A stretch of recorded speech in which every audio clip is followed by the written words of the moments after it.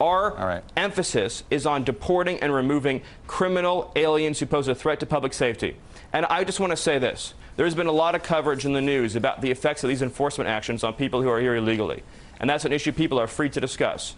But what's more important and what should be discussed more is the lives that are being saved, Chuck, the American lives that are being saved because we're taking enforcement action. And when we didn't take those actions in the past, you have families like the Wilkerson family and the Root family and the Mendoza family who lost people they loved because we were more concerned about the effects of enforcement on people here illegally than on the well-being of lawful immigrants and U.S. citizens.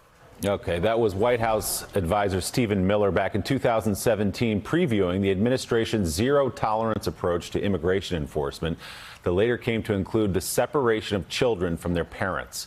Joining us now, MSNBC correspondent Jacob Soboroff with his new reporting, along with Julia Ainsley and Jeff Bennett, on how the White House killed a deal to pay for mental health care for migrant families separated at the border.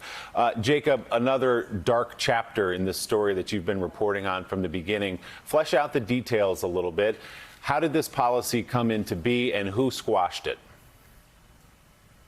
We just keep learning more, Willie, basically, about the fallout from this zero-tolerance separation policy. I mean, we've talked a lot about the profound trauma that was imposed upon these thousands of children by the Trump administration. You've heard me say before, Physicians for Human Rights calls it torture. The American Academy of Pediatrics calls it government-sanctioned child abuse, the systematic separation. And almost from the immediate point when the policy ended, there were lawyers who sued the government on behalf of the children to get mental health services, much-needed mental health services for these kids. In over 9 months, painstakingly, a settlement agreement was negotiated between the Trump administration, the Department of Justice, and the lawyers, mostly here in Los Angeles, as a matter of fact. And literally at the 11th hour, at the very end of these negotiations, when the Justice Department had almost entirely, in fact, entirely, unanimously is the word that we were told by sources with knowledge of this negotiation, signed off on this agreement to get therapy, millions of dollars of therapy for these separated children traumatized by the administration. The White House counsel's office, directed by Stephen Miller, according to sources that we've spoken with, killed this settlement agreement. And ultimately, it resulted in a delay of many months, almost half a year, of the services getting to these kids that needed it so badly. And if you talk to any of the experts, they will tell you that this trauma is not compounded on a monthly basis or a yearly basis, but almost minute by minute. When this stuff goes unaddressed, it only makes the trauma that these children suffered far worse. And now we know that the services that they were entitled to, that a judge ordered them to get, were killed because of the White House and Stephen Miller. So, Jacob, I mean, it just takes your breath away because, as you say, the Justice Department signed off unanimously. William Barr's Justice Department signed off unanimously on this. We're talking about a rounding error for mental health coverage for children who've been separated from their parents in these massive budgets. What was the argument against it beyond abject cruelty?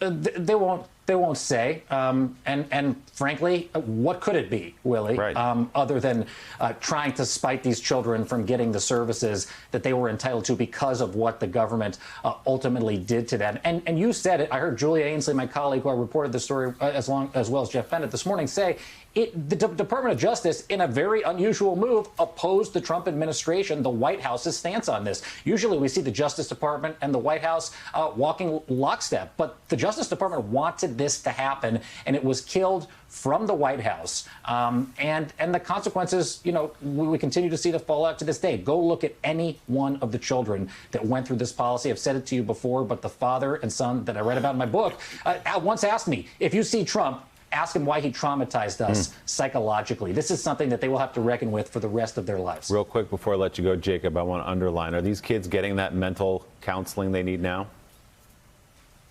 I'm glad you asked. Yes, thank you. And so the judge ordered that they get this counseling starting in March 2020. About 500 of them, of the 5,000, have been contacted by the administration, and they are starting the process of getting the services to the kids. Well, it's too late, but thank goodness they're getting it at least now. Jacob Soboroff, another amazing piece of reporting from you, Julia Ainsley, Jeff Bennett. It's all up on NBCnews.com. Jacob, thanks so much. We appreciate it. Guys? All right. Thank you, Jacob, for that. You know, I think we leave this morning, Joe, I'll pass it to you, with the huge number that the United States has surpassed as of now, 250,000 dead from the coronavirus. a president pathetically hanging on to power that he doesn't have anymore because he lost the election, and refusing to conduct a peaceful transition that would allow for both the Biden administration that's incoming and the Trump administration to work together to mitigate death. Yeah, and Willie, the report from Jacob just proves again that with the Trump administration, cruelty is the point. You know, we had Tom Ricks on talking about checks and balances, and he quoted Silicon Valley. He said, it's not a bug, it's a feature. Well, the cruelty in the Trump White House is not a bug, it's a feature.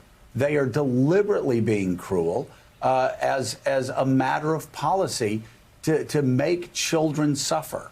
And they think that stops people from crossing the border. Actually, it doesn't. And it's cruelty for no good reason, Willie. Separating children from their families and then not providing care for them after you've done that.